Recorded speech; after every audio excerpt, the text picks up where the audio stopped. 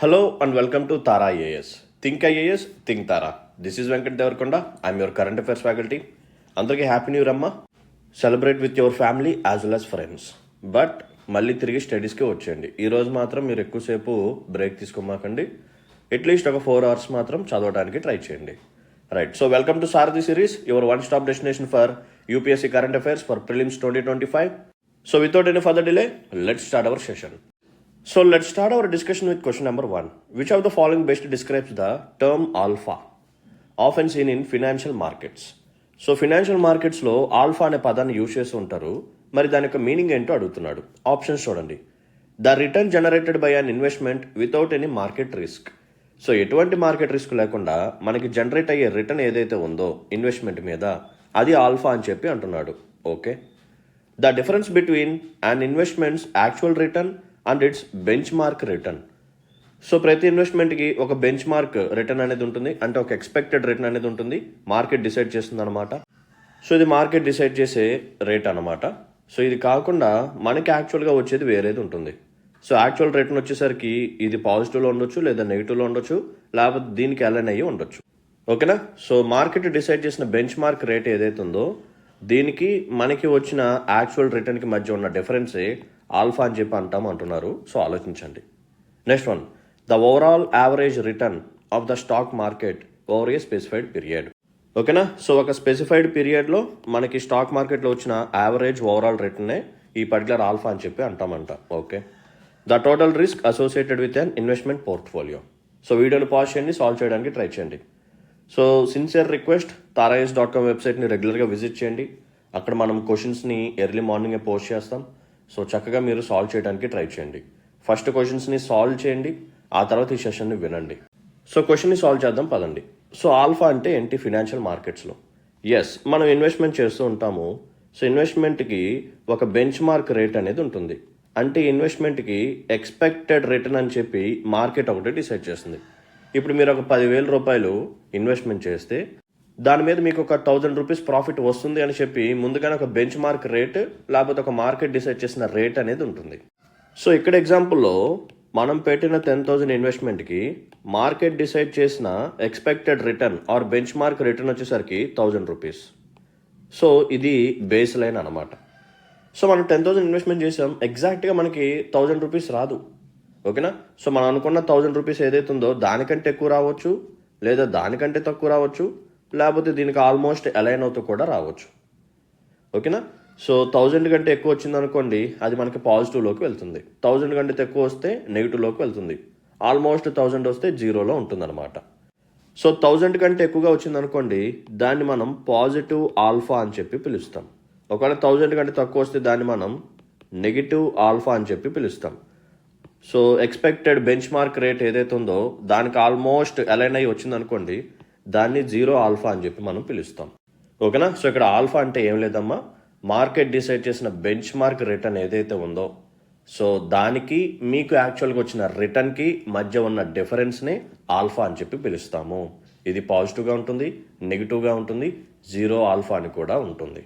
So option B is the right answer for this particular question. Let's look at question number 2. ఇది mapping based question. The English channel often seen in news lies between which of the following countries?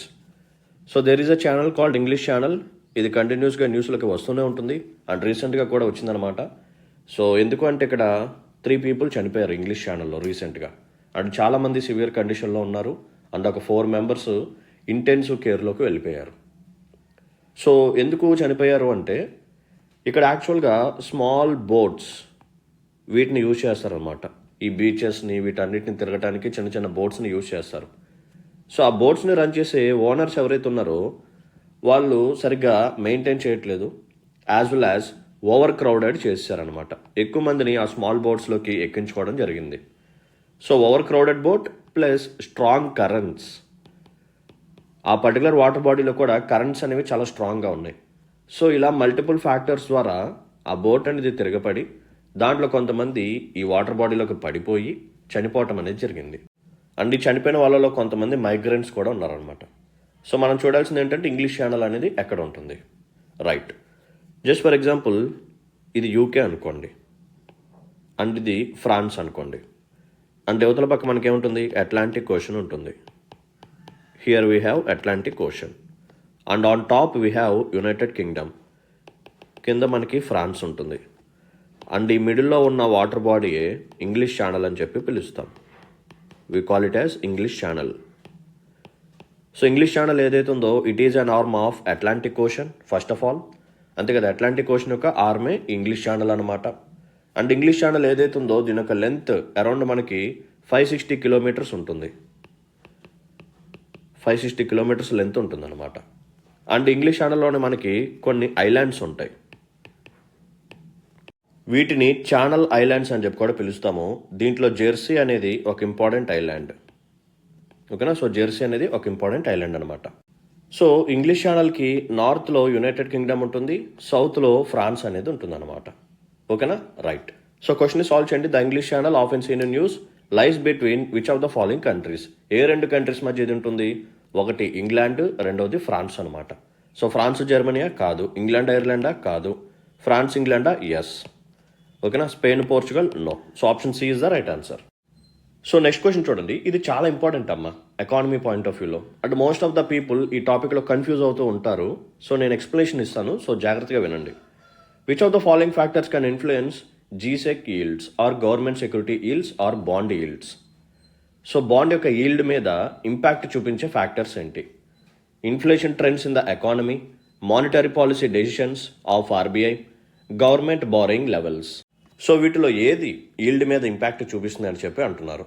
So explain చేస్తాను, జాగ్రత్తగా వినండి. Just for example, government బాండ్స్ని issue చేసింది అనుకోండి మార్కెట్లోకి with an interest rate of 6%. ఓకేనా, so 6% interest రేట్తో బాండ్స్ని ఇష్యూ చేసింది just for example. Okay, so ఇదే టైం పీరియడ్లో మనకి బయట ఇంట్రెస్ట్ రేట్స్ వచ్చేసరికి 5.5% ఉందనుకోండి జస్ట్ ఫర్ ఎగ్జాంపుల్. ఇప్పుడు మనం ఏమనుకుంటాము, ఓకే బ్యాంకులో డిపాజిట్ చేస్తే 5.5% వస్తుంది, బట్ మనం ఈ గవర్నమెంట్ ఇష్యూ చేసిన బాండ్స్ మీద మనం కానీ ఇన్వెస్ట్మెంట్ చేస్తే 6% వస్తుంది. సో ఇక్కడ మనకి ఎక్కువగా రిటర్న్స్ వస్తున్నాయి కాబట్టి ఇక్కడ మనం ఇన్వెస్ట్మెంట్ చేద్దామని చెప్పి వెళ్తూ ఉంటాం. సో ఎప్పుడైతే మోర్ పీపుల్ ఈ బాండ్స్ కోసం ఎగబడుతూ ఉంటారో బాండ్ యొక్క డిమాండ్ పెరుగుతుంది. ఎప్పుడైతే బాండ్ యొక్క డిమాండ్ పెరుగుతుందో బాండ్ మీద మనకు వచ్చే ఈల్డ్ అనేది తగ్గుతుంది. అసలు బాండ్ ఈల్డ్ అనేది ఎలా డిపెండ్ అయి ఉంటుంది అంటే చెప్తాను చూడండి. So this is bond. బాండ్కి ఏమేమి ఉంటాయి? ఫేస్ వాల్యూ ఉంటుంది, as well as interest rate ఉంటుంది ఆర్ కూపన్ రేట్ అనేది ఉంటుంది. దీంతోపాటు మెచ్యూరిటీ పీరియడ్ అనేది ఉంటుంది. Just for example face value వచ్చేసరికి 1000 రూపాయలు అనుకోండి, ఇంట్రెస్ట్ రేట్ ఒక 10% అనుకోండి, మెచ్యూరిటీ ఒక 2 years అనుకోండి. ఓకేనా, రైట్. ఇక్కడ ఇంకొక కాంపోనెంట్ కూడా ఉంటుంది, అదేంటంటే బాండ్ ప్రైస్. అంటే అమ్ముడు పోతున్న ప్రైస్ని బాండ్ ప్రైస్ అంటాం. యాక్చువల్గా ఫేస్ వాల్యూ 1000 రూపాయలే ఉంటుంది, బట్ కొన్నిసార్లు ఈ బాండ్ని 1000 రూపాయల కంటే ఎక్కువకి అమ్మొచ్చు, 1000 రూపాయల కంటే తక్కువకి కూడా అమ్మొచ్చు. ఓకేనా, సో యాక్చువల్గా అమ్మే రేట్ని మనం బాండ్ ప్రైస్ అంటాం. ఒకవేళ ఈ బాండ్స్కి డిమాండ్ ఎక్కువగా పెరిగింది అనుకోండి, దాని యొక్క ఫేస్ వాల్యూ 1000 రూపాయలు అయినా సరే అమ్మేవాడు ఎక్కువ ప్రైస్కి అమ్ముతాడు. ఓకేనా, ఒక 100 మంది వెళ్ళిపోయి ఒక బాండ్ కొనడానికి ఎగబడుతూ ఉంటారు, ఎందుకంటే హయ్యర్ ఇంట్రెస్ట్ రేట్ వస్తుంది కాబట్టి. ఓకేనా, ఎక్కువ ప్రాఫిట్ వస్తుంది అని చెప్పి అందరూ ఎగబడుతూ ఉంటే వాడు ఏం చేస్తాడు, ఓకే దీని యొక్క ఫేస్ వాల్యూ 1000 రూపాయలు కదా, బట్ నేను మీకు 1100కి అమ్ముతాను అని చెప్పి అంటాడు. అంటే ఫేస్ వాల్యూ కంటే ఎక్కువ పెట్టి ఇప్పుడు మీరు కొనాలి, బికాజ్ ఆ బాండ్స్కి డిమాండ్ అనేది ఎక్కువగా ఉంది. ఎందుకు? మార్కెట్లో ఉన్న ఇంట్రెస్ట్ రేట్ కంటే వీళ్ళు ఎక్కువగా మీకు ఆఫర్ చేస్తున్నారు కాబట్టి. ఓకేనా, రైట్. ఇప్పుడు మీరు ఏం చేస్తారు, 1100 పెట్టి కొంటారు. ఓకేనా, 1100 పెట్టి కొంటారు. 2 years అయిపోయిన తర్వాత మీకు 1000 రూపాయలు ప్లస్ దాని మీద ఉన్న 10% వడ్డీ వస్తుంది. ఓకేనా, ఫేస్ వాల్యూ ఏం మారదు. మీకు ఇంట్రెస్ట్ రేట్ ఇచ్చేటప్పుడు వాడు 1000 రూపాయలని బేస్ చేసుకుని ఇస్తాడు తప్ప ఈ 1100ని లెక్కలోకి వేసుకోడు. సో మీకు ఎంత ఇస్తాడంటే ఆ 1000 రూపాయలు ఇస్తాడు, ప్లస్ దాని మీద 10% అంటే ఒక 100 రూపాయలు, టోటల్గా 1100 రూపీస్ వస్తాయి అన్నమాట. సో ఇక్కడ మీకు ఈల్డ్ అనేది తగ్గింది. ఓకేనా, సో ఎప్పుడైతే బాండ్ ప్రైజెస్ అనేవి పెరుగుతాయో మీకు వచ్చే ఈల్డ్ అనేది తగ్గుతుంది. ఒకవేళ బాండ్ ప్రైస్ పెరగలేదు అనుకోండి, బాండ్ ప్రైస్ వాడు మీకు 1000 రూపాయలకి అమ్మాడు అనుకోండి, మీరు 1000 రూపాయలు పెట్టే కొంటారు, బట్ మీకు టోటల్గా వచ్చే ఓవరాల్ అమౌంట్ ఎంత అవుతుంది, 1100 అవుతుంది. ఎందుకంటే 1000 రూపాయలు ప్లస్ దాని మీద ఒక 10% ఇంట్రెస్ట్ అంటే 1100 అవుతుంది కదా. సో మీకు ఇప్పుడు అంతా ఒక 100 రూపీస్ ప్రాఫిట్ వస్తుంది. అంటే ఏంటి అర్థం, ఈల్డ్ అనేది పెరిగింది అని అర్థం. సో బాండ్ ప్రైజెస్ అనేవి పెరిగితే ఈల్డ్ అనేది తగ్గుతుంది. బాండ్ ప్రైజెస్ అనేవి తగ్గితే ఈల్డ్ అనేది పెరుగుతుంది. Inverse relationship. So bond prices పెరిగితే ఈల్డ్ అనేది తగ్గుతుంది, బాండ్ ప్రైజెస్ తగ్గితే ఈల్డ్ అనేది పెరుగుతుంది. సో ఈల్డ్ అంటే ఏంటి? మీకు వచ్చే ప్రాఫిట్ అని అర్థం. ఓకేనా? బాండ్ ప్రైస్ అంటే ఏంటి? ఫేస్ వాల్యూ కాకుండా అది యాక్చువల్గా అమ్ముడుపోయే రేటు. ఇప్పుడు అర్థం కదా. సో బాండ్ ప్రైస్ అంటే ఏంటో, బాండ్ ఈల్డ్ అంటే ఏంటో, సో ఇలా డిసైడ్ అయ్యి ఉంటుంది. సో ఇక్కడ మనం గమనించాల్సింది ఏంటంటే, ఎప్పుడైతే ఈ బాండ్స్ ఆఫర్ చేసే ఇంట్రెస్ట్ రేట్ అనేది మార్కెట్లో ఉన్న ఇంట్రెస్ట్ రేట్ కంటే ఎక్కువగా ఉంటుందో అప్పుడు బాండ్ యొక్క డిమాండ్ అనేది ఎక్కువగా ఉంటుంది. చాలామంది కొనడానికి ఇంట్రెస్ట్ చూపిస్తుంటారు కాబట్టి అమ్మేవాడు కూడా ఫేస్ వాల్యూ కంటే దాని యొక్క ప్రైస్ని పెంచేసి అమ్ముతాడు. సో బాండ్ ప్రైజెస్ పెరుగుతాయి. ఎప్పుడైతే 1000 రూపాయలు ఉన్న దాన్ని మనం 1100 పెట్టి కొంటామో మనకి రాబోయే ప్రాఫిట్ అనేది తగ్గిపోతుంది. సో దట్ ఈల్డ్ అనేది తగ్గుతుంది. ఓకేనా? ఇది ఒక పాయింట్. ఒకవేళ ఇన్ఫ్లేషన్ పెరిగింది అనుకోండి. సో ఇన్ఫ్లేషన్ పెరిగితే ఇంట్రెస్ట్ రేట్స్ ఏమవుతాయి? ఇవి కూడా పెరుగుతాయి. Just for example interest rates 8%కి పెరిగింది అనుకోండి. 8%. ఇప్పుడు ఎవరు లోన్స్ తీసుకోవడానికి ఇంట్రెస్ట్ చూపించరు, డిపాజిట్ చేయడానికే ఇంట్రెస్ట్ చూపిస్తారు. ఓకేనా? సో యాక్చువల్గా మానిటరీ పాలసీలు మనం చేసేది ఇదే కదా. ఎప్పుడైతే ఇన్ఫ్లేషన్ పెరుగుతుందో టైట్ మానిటరీ పాలసీని మనం ఫాలో అవుతాం. ఆర్బీఐ ఇంట్రెస్ట్ రేట్స్ని పెంచుతుంది, బ్యాంక్స్ కూడా కస్టమర్స్ మీద ఛార్జ్ చేసే ఇంట్రెస్ట్ రేట్స్ని పెంచుతుంది. సో దట్ లోన్స్ అనేవి చాలా ఎక్స్పెన్సివ్గా మారుతాయి. సో ఇప్పుడు లోన్ వద్దు అని చెప్పి చాలామంది ఏం చేస్తారు? డిపాజిట్ చేయడానికి ఇంట్రెస్ట్ చూపిస్తారు. సో మనీ సప్లై అనేది తగ్గుతుంది. బ్యాంక్స్ అనేవి ఇప్పుడు మార్కెట్లో నుంచి మనీని సక్ చేస్తుంది అనమాట, స్క్వీజ్ చేసింది, లోపలికి లాగేసుకుంటుంది. ఓకే, సో ఇప్పుడు ఇంట్రెస్ట్ రేట్స్ అనేవి 8%కి వెళ్ళింది అనుకోండి. మరి గవర్నమెంట్ ఇష్యూ చేసిన బాండ్స్ ఏవైతే ఉన్నాయో అవి 6% ఆఫర్ చేస్తున్నాయి. బట్ ఇంట్రెస్ట్ రేట్ మార్కెట్లో 8% ఉంది. మీరు బాండ్ని కొనడానికి ఇంట్రెస్ట్ చూపిస్తారా, వెళ్ళిపోయి డిపాజిట్ చేసుకోవడానికి ఇంట్రెస్ట్ చూపిస్తారా? ఆఫ్ కోర్స్ ఇక్కడ 8% వస్తుంది కాబట్టి డిపాజిట్ చేయడానికి ఇంట్రెస్ట్ చూపిస్తాము. సో బాండ్స్ మీద ఎక్కువగా మనం ఇంట్రెస్ట్ చూపించాం. సో ఇప్పుడు ఏమవుతుంది? ఈ బాండ్స్ యొక్క డిమాండ్ తగ్గుతుంది. డిమాండ్ తగ్గితే అమ్మేవాడు ఏం చేస్తాడు? అరే రండ్రా బాబు కొనుక్కోండ్రా, అరే యాక్చువల్గా దీని యొక్క ఫేస్ వాల్యూ 1000 రూపాయలు రా, కానీ నేను మీకు 900కి ఇచ్చేస్తాను రా, తీసుకోండిరా, మీరు నా దగ్గర 900కే కొనుక్కోండి. ఓకేనా? నా దగ్గర 900కే కొనుక్కోండి, తర్వాత 1000 రూపాయలకే మీరు ఇంట్రెస్ట్ రేట్ని పొందండి. మీరు యాక్చువల్గా ఇప్పుడు ఏం చేస్తారు? 900 పెట్టుకుంటారు. తర్వాత ఏమవుతుంది అంటే దాని యొక్క ఫేస్ వాల్యూ 1000 రూపాయలు కదా. సో 1000 రూపాయలు, మళ్ళీ దాని మీద మీకు ఒక 10% ఇంట్రెస్ట్ వస్తుంది. సో 100 రూపీస్, టోటల్గా 1100 రూపీస్ మళ్ళీ మీకు వస్తుంది. అంటే మీరు 900 పెట్టి కొంటే మీకు ఓవరాల్గా 1100 వస్తుంది. ఇప్పుడు ఏమైంది? బాండ్ ప్రైజెస్ తగ్గటం ద్వారా మీ యొక్క ఈల్డ్ అనేది పెరిగింది. చెప్పాను కదా, ఇన్వర్స్ రిలేషన్షిప్ ఉంటుంది. సో డిమాండ్ తగ్గింది, సో దట్ బాండ్ ప్రైజెస్ అనేవి తగ్గాయి. సో బాండ్ ప్రైజెస్ అనేవి ఫేస్ వాల్యూ కంటే తగ్గింది.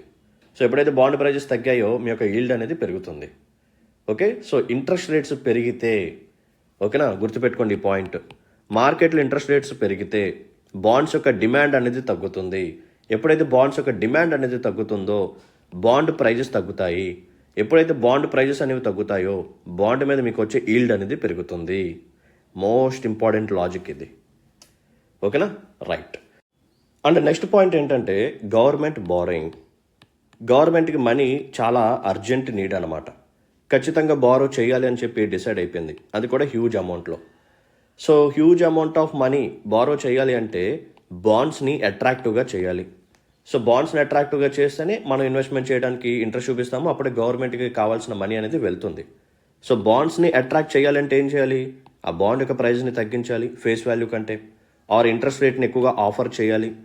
ఎప్పుడైతే ఎక్కువగా ఇంట్రెస్ట్ రేట్ ఆఫర్ చేయడమో లేకపోతే బాండ్ యొక్క ప్రైజెస్ని తగ్గించి అమ్మటమో ఫేస్ వాల్యూ కంటే, అప్పుడే మనకి ఈల్డ్ అనేది ఎక్కువగా వస్తుంది, అప్పుడే మనం ఇన్వెస్ట్మెంట్ చేయడానికి ఇంట్రెస్ట్ చూపిస్తాం. సో ఇక్కడ మనం కానీ గమనిస్తే ఒక బాండ్ యొక్క ఈల్డ్ మీద ఏ ఫ్యాక్టర్స్ ఇంపాక్ట్ చూపిస్తున్నాయి? ఇన్ఫ్లేషన్ ఇంపాక్ట్ చూపిస్తుంది, అవునా? సో ఇన్ఫ్లేషన్ పెరిగితే ఇంట్రెస్ట్ రేట్స్ పెరుగుతాయి, ఇంట్రెస్ట్ రేట్స్ పెరిగితే అండ్ బాండ్స్ యొక్క డిమాండ్ అనేది తగ్గుతుంది, బాండ్ యొక్క డిమాండ్ తగ్గితే బాండ్ ప్రైజెస్ అనేవి తగ్గుతాయి, బాండ్ ప్రైజెస్ అనేవి తగ్గితే మనకు వచ్చే ఈల్డ్ అనేది పెరుగుతుంది. సో ఇన్ఫ్లేషన్ అనేది ఇంపాక్ట్ చూపిస్తుంది. నెక్స్ట్ మానిటరీ పాలసీ డెసిషన్స్ అనమాట. అఫ్ కోర్స్ ఇన్ఫ్లేషన్ వస్తే దానికి తగ్గట్టుగా మానిటరీ పాలసీ డెసిషన్స్ వస్తాయి. సో మానిటరీ పాలసీ పరంగా ఇంట్రెస్ట్ రేట్స్ పెరిగాయి అనుకోండి, అగైన్ మళ్ళీ డిమాండ్ తగ్గుతుంది, బాండ్స్ యొక్క డిమాండ్ తగ్గుతుంది. సో చచ్చినట్టు వాళ్ళు బాండ్ ప్రైజెస్ని తగ్గించి అమ్మాలి, సో దట్ ఈల్డ్ అనేది పెరుగుతుంది. ఒకవేళ ఇన్ఫ్లేషన్ తగ్గింది అనుకోండి, ఇంట్రెస్ట్ రేట్స్ తగ్గుతాయి. ఇంట్రెస్ట్ రేట్స్ తగ్గితే మనం డిపాజిట్ చేయడానికి ఇంట్రెస్ట్ చూపించాం, ఈ బాండ్స్ మీద ఇన్వెస్ట్మెంట్ చేయడానికి ఇంట్రెస్ట్ చూపిస్తాం. అప్పుడు ఎక్కువ మంది బాండ్స్ని కొనడానికి చూస్తూ ఉంటారు. సో ఎక్కువ మంది చూస్తున్నారు కాబట్టి డిమాండ్ పెరుగుతుంది. సో బాండ్ ప్రైజెస్ అనేవి పెరుగుతాయి మోర్ దాన్ ఫేస్ వాల్యూ. ఎప్పుడైతే ఫేస్ వాల్యూ కంటే బాండ్ ప్రైజెస్ అనేవి ఎక్కువగా పెరుగుతాయో మనకొచ్చే ఈల్డ్ అనేది తగ్గుతుంది, మనకొచ్చే లాభం అనేది తగ్గుతుంది. సో మానిటరీ పాలసీని బేస్ చేసుకొని కూడా ఈ గవర్నమెంట్ సెక్యూరిటీస్ ఆర్ బాండ్ యొక్క ఈల్డ్ అనేది డిసైడ్ అవుతుంది. Next one, government barring levels. Government ఎక్కువగా బారింగ్ చేయాలని చెప్పి చూస్తుంది, అది కూడా అర్జెంట్ నీడ్ అనమాట. ఖచ్చితంగా గవర్నమెంట్కి ఒక ఫ్యూ డేస్లో మనీ కావాలి. సో అప్పుడు బాండ్స్ని ఇష్యూ చేస్తూ ఉంటుంది. బట్ తొందరగా మనీ కావాలి కాబట్టి, ఎక్కువ అమౌంట్ బారో చేయాలి కాబట్టి గవర్నమెంట్ ఏం చేస్తుంది, బాండ్ ప్రైజెస్ని తగ్గించి అమ్ముతుంది ఫేస్ వాల్యూ కంటే, ఆర్ హయ్యర్ ఇంట్రెస్ట్ రేట్ని ఆఫర్ చేస్తుంది. సో ఎక్కువ ఇంట్రెస్ట్ రేట్ ఆఫర్ చేస్తే మీకు ఆటోమేటిక్గా ఈల్డ్ అనేది ఎక్కువగా వచ్చినట్టే. ఓకేనా? సో ఇలా ఇన్ఫ్లేషన్ కానీ, మానిటరీ పాలసీ డెసిషన్స్ కానీ, గవర్నమెంట్ యొక్క బారింగ్ లెవెల్స్ కానీ, ఇవన్నీ ఒక బాండ్ యొక్క ఈల్డ్ మీద ఇంపాక్ట్ అనేది చూపిస్తూ ఉంటుంది. సో కరెక్ట్ ఆన్సర్ అడిగాడు కాబట్టి అన్ని కరెక్టే. So option D is the right answer. So ఈ సందర్భంగా నేను మీకు ఒక మాట చెప్తాను, ఎకానమీ అనేది డిఫికల్ట్ సబ్జెక్ట్ అయితే కాదు. ఓకే, చాలామంది యూపీఎస్సీ ప్రిపరేషన్లో మీకు ఈజియెస్ట్ సబ్జెక్ట్ ఏంటి అని చెప్పి అడిగితే పాలిటీ అని చెప్పి చెప్తారు. చాలామంది పాలిటీ అని చెప్తారు. మరి డిఫికల్ట్ సబ్జెక్ట్ ఏంటి అంటే ఎకానమీ అని చెప్తారు. But I will say economy is the easiest subject. మీరు కానీ కాన్సెప్ట్ కానీ నేర్చుకుంటే ఏ ఫ్యాక్ట్ని మగప్ చేయాల్సిన అవసరం లేదు. ఇప్పుడు నేను చెప్పిన కాన్సెప్ట్లో మనం ఏదన్నా బైహార్ట్ చేయాల్సిన అవసరం ఉందా? అసలు లేదు కదా. కామన్ సెన్స్తో మనం ఎకానమీని సాల్వ్ చేసేయచ్చు. దట్ ఈస్ ద బ్యూటీ, ఈ సబ్జెక్ట్ యొక్క బ్యూటీ అది. సో ఎకానమీని ఎకానమీ లాగా నేర్చుకోండి, అప్పుడు మీరు సాల్వ్ చేయగలరు. అలా కాకుండా దీన్ని డిఫరెంట్ డైరెక్షన్లో చూశారనుకోండి, భయం వేస్తుంది మీకు. ఓకే, సో డోంట్ వరీ, మీ యొక్క ఎకానమీ రెస్పాన్సిబిలిటీ నాది, మీ యొక్క సైన్స్ అండ్ టెక్నాలజీ రెస్పాన్సిబిలిటీ నాది. I will take care of it. Okay, right. Let's look at question number 4, most important topic regarding current affairs. So బడ్జెట్లో కూడా ఇది ఇంపార్టెంట్ కాంపోనెంట్ అనమాట. With reference to prime ministers internship scheme. ఓకేనా, PM internship scheme అనమాట. Consider the following statements. The scheme is implemented by ministry of education. It aims to provide internship opportunities to 1 crore youth in top 500 companies over a span of 5 years. The monthly stipend for interns under the scheme is paid through corporate social responsibility funds. So వీడియోని pause చేయండి, correct స్టేట్మెంట్స్ని identify చేయడానికి try చేయండి. So let me explain. ఈ particular ప్రోగ్రామ్ని ఎప్పుడు launch చేశారు అంటే ఈ ఇయర్ బడ్జెట్లో లాంచ్ చేశారనమాట. సో బడ్జెట్ 2024-2025 ఏదైతే ఉందో దీంట్లో ఈ స్కీమ్ని ఇంట్రడ్యూస్ చేయడం జరిగింది, ప్రధానమంత్రి ఇంటర్న్షిప్ స్కీమ్ అనమాట. సో దీని యొక్క మెయిన్ గోల్ ఏంటంటే స్కిల్ డెవలప్మెంట్. సో స్కిల్స్ని ఇంప్రూవ్ చేయాలి అండ్ స్కిల్ గ్యాప్ ఏదైతే ఉందో దాన్ని తగ్గించాలి, యాజ్ వెల్ యాజ్ అన్ఎంప్లాయ్మెంట్ని కూడా తగ్గించాలి. బికాజ్ మన ఇండియాలో ఉన్న ఒక టైప్ ఆఫ్ అన్ఎంప్లాయ్మెంట్ ఏంటంటే స్ట్రక్చరల్ అన్ఎంప్లాయ్మెంట్. మార్కెట్లో కావాల్సిన స్కిల్స్ ఒకటి, బట్ మన దగ్గర ఉన్న స్కిల్స్ ఒకటి. సో అందుకని మనం ఏం చేస్తామంటే మార్కెట్లో ఉన్న కంపెనీస్ ఏవైతే ఉన్నాయో వాటితో టైఅప్ అయ్యి వాటికి కావాల్సిన స్కిల్స్ని మన యూత్కి కానీ ప్రొవైడ్ చేపిస్తే ఇటువంటి ప్రోగ్రామ్స్ ద్వారా, ఆ ప్రోగ్రామ్ అయిపోయిన తర్వాత వీళ్ళకి కావాల్సిన స్కిల్స్ వస్తాయి. సో దట్ మార్కెట్లో ఉన్న ఆపర్చునిటీస్ ఏవైతే ఉన్నాయో వాటిని ఇప్పుడు వీళ్ళు గ్రాప్ చేసుకోవచ్చు అనమాట. సో దట్ ఎంప్లాయబిలిటీ అనేది పెరుగుతుంది, అన్ఎంప్లాయ్మెంట్ అనేది తగ్గుతుంది. ఓకే, మరి ఈ స్కీమ్ని ఎవరు ఇంప్లిమెంట్ చేస్తారు అంటే it is not by ministry of education. ఓకేనా, so it is not by ministry of education, it is going to be implemented by ministry of corporate affairs. ఓకేనా, so ministry of corporate affairs వాళ్ళు implement చేస్తారు ఈ స్కీమ్ని. చాలా important point ఇది, గుర్తుపెట్టుకోండి. Okay, so ఈ ప్రోగ్రామ్ యొక్క మెయిన్ గోల్ ఏంటంటే అరౌండ్ 1 crore యూత్కి మనం ట్రైనింగ్ అనేది ప్రొవైడ్ చేయాలి, ఆర్ ఇంటర్న్షిప్ అనేది ప్రొవైడ్ చేయాలి 1 crore యూత్కి, అది కూడా టాప్ 500 కంపెనీస్లో. సో గవర్నమెంట్ ఆఫ్ ఇండియా ఏం చేస్తుంది అంటే కంపెనీస్ని ఐడెంటిఫై చేస్తుంది. ఎలా ఐడెంటిఫై చేస్తుంది? ఆ కంపెనీ యొక్క సిఎస్ఆర్ ఫండ్స్ ఏవైతే ఉన్నాయో, సిఎస్ఆర్ ఎక్స్పెండిచర్ ఏదైతే ఉందో దాన్ని బేస్ చేసుకుని ఐడెంటిఫై చేస్తుంది. సిఎస్ఆర్ అంటే కార్పొరేట్ సోషల్ రెస్పాన్సిబిలిటీ. ఒక కంపెనీ ఉంది, ఆ కంపెనీ ఏం చేస్తుంది, చుట్టుపక్కల ఉన్న రిసోర్సెస్ని యూటిలైజ్ చేసుకుంటుంది. అంతే కదా, ఇప్పుడు పెద్ద పెద్ద ఇండస్ట్రీస్ ఉంటాయి, కంపెనీస్ ఉంటాయి, వాళ్ళు ఏం చేస్తారు, రివర్స్లో ఉన్న వాటర్ని యూటిలైజ్ చేసుకుంటారు. అవునా, ఆ వాటర్ని యూటిలైజ్ చేసుకొని బిజినెస్ యాక్టివిటీని కండక్ట్ చేస్తారు, గూడ్స్ అండ్ సర్వీసెస్ని ప్రొడ్యూస్ చేస్తూ ఉంటారు. మళ్ళీ ఆ ఇండస్ట్రీస్ నుంచి ఎమిషన్స్ కూడా వస్తుంటాయి. సో క్లైమేట్కి కూడా డ్యామేజ్ని క్రియేట్ చేస్తూ ఉంటారు. సో ఇలా వాళ్ళు చుట్టుపక్కల ఉన్న రిసోర్సెస్ మొత్తాన్ని యూటిలైజ్ చేసుకుంటారు అండ్ రా మెటీరియల్స్ కింద ఫారెస్ట్ ప్రొడ్యూస్ని యూజ్ చేసుకుంటారు. ఓకే, ఇలా న్యాచురల్ రిసోర్సెస్ మొత్తాన్ని వాళ్ళు కన్జ్యూమ్ చేసుకొని ప్రొడక్షన్ యాక్టివిటీస్ చేసుకొని ప్రాఫిట్స్ని సంపాదిస్తున్నారు. కాబట్టి వాళ్ళ మీద ఒక రెస్పాన్సిబిలిటీ ఉంటుంది. ఆ రెస్పాన్సిబిలిటీ ఏంటంటే నువ్వు చుట్టుపక్కల ఉన్న వాటిని యూటిలైజ్ చేసుకుంటున్నావు, బాగా సంపాదిస్తున్నావు, వాటిలో కొంత తీసుకొచ్చి మళ్ళీ ఈ సొసైటీకి ఖర్చు పెట్టు. అది ఎలా అంటే నువ్వు ట్రీస్ని నాటుతావా, నాటు. సో క్లైమేట్ పరంగా ఏదన్నా సరే ఓడి చేయి. లేదు నీ చుట్టుపక్కల ఎవరన్నా వల్నరబుల్ సెక్షన్స్ ఉన్నారనుకోండి, వాళ్ళకి ఏదో ఒకటి హెల్ప్ చేయి. లేదు నీ చుట్టుపక్కల ఉన్న రోడ్స్ ఏదైనా డ్యామేజ్డ్గా ఉన్నాయనుకోండి, సో రోడ్స్ డెవలప్ చేయి. లేదా ఆ చుట్టుపక్కల పేదవాళ్ళకి వాటర్ ఫెసిలిటీ ప్రొవైడ్ చేయి. ఇలా ఏదో ఒకటి నీకు వచ్చే ప్రాఫిట్స్లో అరౌండ్ ఒక 2% తీసుకొచ్చి ఇలా సిఎస్ఆర్ ఫండ్స్ మీద ఖర్చు పెట్టు. ఓకేనా, ఇటువంటి యాక్టివిటీస్ చెయ్యి అని చెప్పి గవర్నమెంట్ చెప్తుంది. సో ఏ కంపెనీస్ అయితే ఇలా సిఎస్ఆర్ ఎక్స్పెండిచర్ని బాగా పర్ఫామ్ చేస్తాయో వాటిని ఐడెంటిఫై చేస్తుంది అనమాట. అలా ఒక 500 కంపెనీస్ని ఐడెంటిఫై చేసి వాటిలో మన యూత్కి ఈ ఇంటర్న్షిప్ ప్రోగ్రామ్ని ప్రొవైడ్ చేస్తూ ఉంటారు. ఓకేనా, సో ఇంటర్న్షిప్ ఆపర్చునిటీస్ అనేవి డిఫరెంట్ సెక్టార్స్లో ఉంటాయమ్మా. ఇంటర్న్షిప్ అనగానే అన్ని కంప్యూటర్స్ మీద కూర్చొని చేసేవి కాదు. సర్వీస్ సెక్టర్ ఒకటే కాదు ఇంటర్న్షిప్ అంటే. సో దీంట్లో ఆయిల్ రిలేటెడ్ ఇండస్ట్రీ ఉంటుంది, గ్యాస్ రిలేటెడ్ ఇండస్ట్రీ ఉంటుంది, ఎనర్జీ, లేకపోతే ట్రావెల్, లేకపోతే హాస్పిటాలిటీ, ఆటోమోటివ్, బ్యాంకింగ్, మీరు అనుకునే ఫినాన్షియల్ సర్వీసెస్, ఇవన్నీ కవర్ అవుతాయి. ఇలా ఆల్మోస్ట్ 24 సెక్టర్స్ని కవర్ చేయబోతున్నారు ఈ స్కీమ్ ద్వారా. ఓకేనా, అండ్ కంపెనీస్ని ఎలా ఐడెంటిఫై చేస్తారు, వాళ్ళ యొక్క కార్పొరేట్ సోషల్ రెస్పాన్సిబిలిటీ ఎక్స్పెండిచర్ ఏదైతే ఉందో అది కూడా ప్రీవియస్ 3 ఇయర్స్లో దాన్ని బేస్ చేసుకొని కొన్ని మంచి కంపెనీస్ని ఐడెంటిఫై చేయడం జరుగుతుంది. రైట్, మరి ఇంటర్న్షిప్ స్కీమ్ ఏదైతే ఉందో దీని యొక్క డ్యూరేషన్ వచ్చేసరికి 1 ఇయర్ ఉంటుందన్నమాట. అంటే నథింగ్ బట్ 12 మంత్స్ మీకు ఇంటర్న్షిప్ ప్రొవైడ్ చేస్తారు. ఓకే, ఇలా ప్రొవైడ్ చేసేటప్పుడు మీకు కొన్ని బెనిఫిట్స్ కూడా ఇస్తారు. ఒక బెనిఫిట్ ఏంటంటే గ్రాంట్. ఒక సింగిల్ టైం గ్రాంట్ని ప్రొవైడ్ చేస్తారు. అది కూడా ఎంత అంటే 6,000 రూపీస్. ఓకేనా, సో 6,000 రూపీస్ ఒకసారి మీకు ప్రొవైడ్ చేసేస్తారన్నమాట. తర్వాత ఈ 1 ఇయర్ మీరు ట్రైనింగ్ తీసుకుంటారు కదా, అంటే నథింగ్ బట్ 12 మంత్స్ కదా. సో ఈ 12 మంత్స్లో ఎవ్రీ మంత్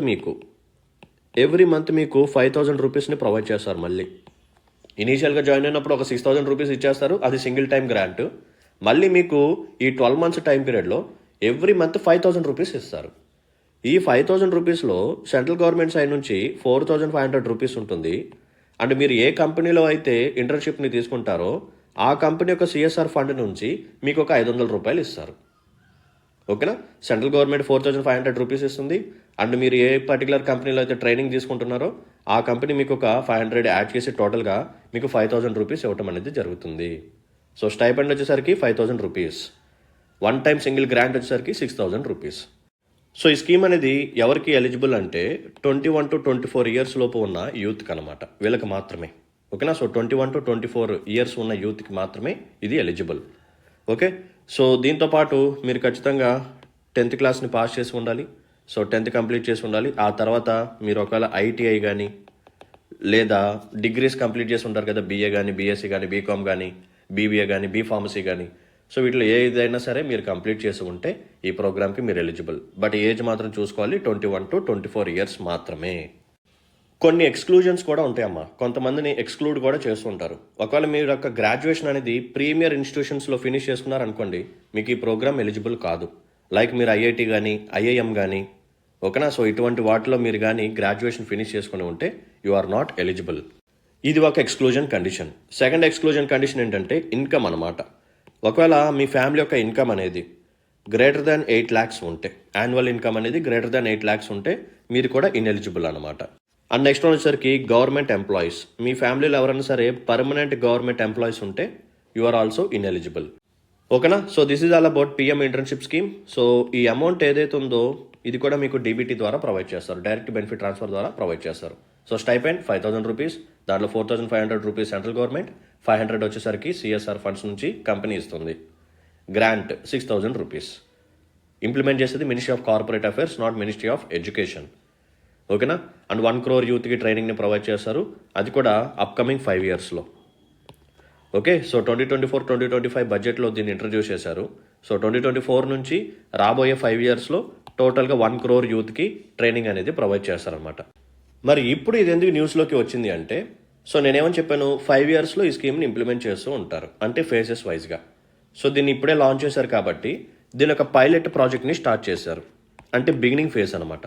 సో దీని యొక్క బిగినింగ్ ఫేజ్లో ఎంతమందికి ట్రైనింగ్ ప్రొవైడ్ చేయాలని చెప్పి టార్గెట్గా పెట్టినారు అంటే 1.27 lakh. సో 1.27 lakh పీపుల్కి వీళ్ళు ట్రైనింగ్ ప్రొవైడ్ చేయాలని చెప్పి టార్గెట్గా పెట్టినారు. సో వీళ్ళు ఎప్పుడైతే అప్లికేషన్స్ని అలౌ చేయటం స్టార్ట్ చేశారో టోటల్గా ఎన్ని అప్లికేషన్స్ వచ్చాయి తెలుసా? 6.21 lakh అప్లికేషన్స్ వచ్చాయి. ఆపర్చునిటీస్ వచ్చేసరికి మీరు ఎంత పెట్టారు? 1.27 lakh ఆపర్చునిటీస్ని పెట్టారు ట్రైనింగ్ కోసం. బట్ ఎంతమంది అప్లై చేశారు? 6.21 lakh అప్లికేషన్స్ వచ్చాయి. అంతమంది నీడ్లో ఉన్నారనమాట స్కిల్స్ కోసం. ఓకేనా, రైట్. సో ఆ నేపథ్యంలో ఈ క్వశ్చన్ మనం పికప్ చేసుకున్నాం. సో ఇప్పుడు క్వశ్చన్ సాల్వ్ చేద్దాం పదండి. The scheme is implemented by Ministry of Education. Absolutely not. It is implemented by Ministry of Corporate Affairs. ఎందుకంటే ఇక్కడ కంపెనీస్ని ఇన్వాల్వ్ చేస్తున్నాం కాబట్టి కార్పొరేట్ అఫైర్స్ చూసుకోవాలి. Next one, it aims to provide internship to 1 crore youth. Yes, అది కూడా top 500 companies. So కంపెనీస్ని ఎలా select చేస్తారు? Past 3 yearsలో ఆ కంపెనీ యొక్క CSR ఎక్స్పెండిచర్ ఎలా అయితే ఉందో దాన్ని బేస్ చేసుకొని సెలెక్ట్ చేసుకుంటారు. అండ్ ఈ ప్రోగ్రామ్ని 2024 నుంచి 5 years వరకు ఇంప్లిమెంట్ చేస్తారు, అది కూడా faces వైస్లో. The monthly stipend for interns under the scheme is paid through corporate social responsibility funds. Yes. So 4,500 వచ్చేసరికి సెంట్రల్ గవర్నమెంట్ ఇస్తే రిమైనింగ్ అమౌంట్ వచ్చేసరికి ఆ కంపెనీ తాలూకా CSR ఫండ్స్ నుంచే వస్తుంది. సో కరెక్ట్ స్టేట్మెంట్స్ అడిగాడు. ఫస్ట్ స్టేట్మెంట్ ఇన్కరెక్ట్, 2, 3 కరెక్ట్ కాబట్టి option A is the right answer. Let's look at last question of the day which is very important. With reference to Siang river and it's geographical significance consider the following statements. So ఈ particular topic అనేది ఎందుకు న్యూస్లోకి వచ్చింది అంటే రీసెంట్గా government ఒక ప్రాజెక్ట్ని launch చేసింది. ఆ ప్రాజెక్ట్ పేరే Siang upper multipurpose project. In short we call it as sump, SUMP. So ఎందుకు ఈ ప్రాజెక్ట్ని లాంచ్ చేయాల్సి వచ్చింది అంటే because of China. So China ఏం చేసింది అంటే ఈ టిబెట్ నుంచి రాబోయే ఈ బ్రహ్మపుత్ర రివర్ ఏదైతే ఉందో దాని మీద ఒక హైడ్రో ఎలక్ట్రిక్ డ్యామ్ని కన్స్ట్రక్ట్ చేయబోతుంది. అది కూడా వరల్డ్లోనే లార్జెస్ట్ అనమాట. So China is planning to build a world largest hydro electricity dam on Brahmaputra river. Okay, ఇది మనకి ఎక్కడి నుంచి వస్తుంది? టిబెట్ నుంచి వస్తుంది కాబట్టి సో వాళ్ళే కన్స్ట్రక్ట్ చేసుకుంటున్నారు. సో ఎప్పుడైనా సరే చైనా ఒకవేళ ఈ డ్యామ్ నుంచి ఒకేసారి హ్యూజ్ ఫ్లో ఆఫ్ వాటర్ని కానీ రిలీజ్ చేసింది అనుకోండి, ఈ బ్రహ్మపుత్ర రివర్స్ ఎక్కడైతే మనకి ఫ్లో అవుతుందో అంటే ముఖ్యంగా ఈ నార్త్ ఈస్టర్న్ స్టేట్స్ ఉన్నాయి కదా, అరుణాచల్ ప్రదేశ్ కానీ అస్సాం లాంటి స్టేట్స్, ఇక్కడ ఫ్లడింగ్ వచ్చే ఛాన్సెస్ ఎక్కువగా ఉన్నాయి. ఓకేనా, సో చైనా ఇలా కూడా మనల్ని దెబ్బతీసే ఛాన్స్ ఎక్కువగా ఉంది. సో అందుకనే చైనా తీసుకొచ్చే ఈ ప్రాజెక్ట్ ఏదైతే ఉందో దీనికి కౌంటర్ అటాక్గా మనం తీసుకొచ్చే ప్రాజెక్టే Siang upper multipurpose project. So దీంట్లో మనం ఏం చేస్తున్నామంటే ఈ బ్రహ్మపుత్ర రివర్ ఉంది కదా, దీని యొక్క మేజర్ ట్రిబ్యూటరీ ఈ సియాంగ్ అన్నమాట. సో సియాంగ్ అనేది it is a major tributary of Brahmaputra. So ఈ సియాంగ్ రివర్ కూడా మనకి ఈ టిబెట్లోనే ఆరిజిన్ అవుతుంది. తర్వాత మనకి అస్సాం కానీ అరుణాచల్ ప్రదేశ్ కానీ ఇలా నార్త్ ఈస్టర్న్ స్టేట్స్లో ఇది ఫ్లో అవుతుందన్నమాట. సో ఇలాగే ఈ సియాంగ్ రివర్ మీద మనం కూడా ఒక ప్రాజెక్ట్ని స్టార్ట్ చేస్తున్నాం. సో ఈ ప్రాజెక్ట్ గురించి కొన్ని ఇంపార్టెంట్ ఫ్యాక్ట్స్ తెలుసుకుందాం. సో ఈ ప్రాజెక్ట్ యొక్క ఎస్టిమేటెడ్ కాస్ట్ వచ్చేసరికి 1,13,000 crores అనమాట. Point number 1. అండ్ ఈ ప్రాజెక్ట్ యొక్క ఇన్స్టాల్డ్ కెపాసిటీ అంటే హైడ్రో ఎలక్ట్రిసిటీ పవర్ని జనరేట్ చేస్తాం కదా, సో దానికి ఇన్స్టాల్డ్ కెపాసిటీ వచ్చేసరికి 11,000 మెగావాట్.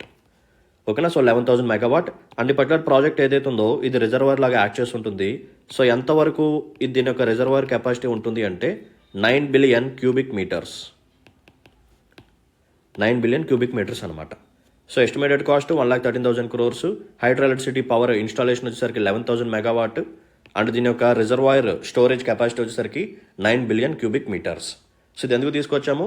చైనా తీసుకురాబోయే ప్రాజెక్ట్కి ఇది కౌంటర్ అటాక్ అనమాట.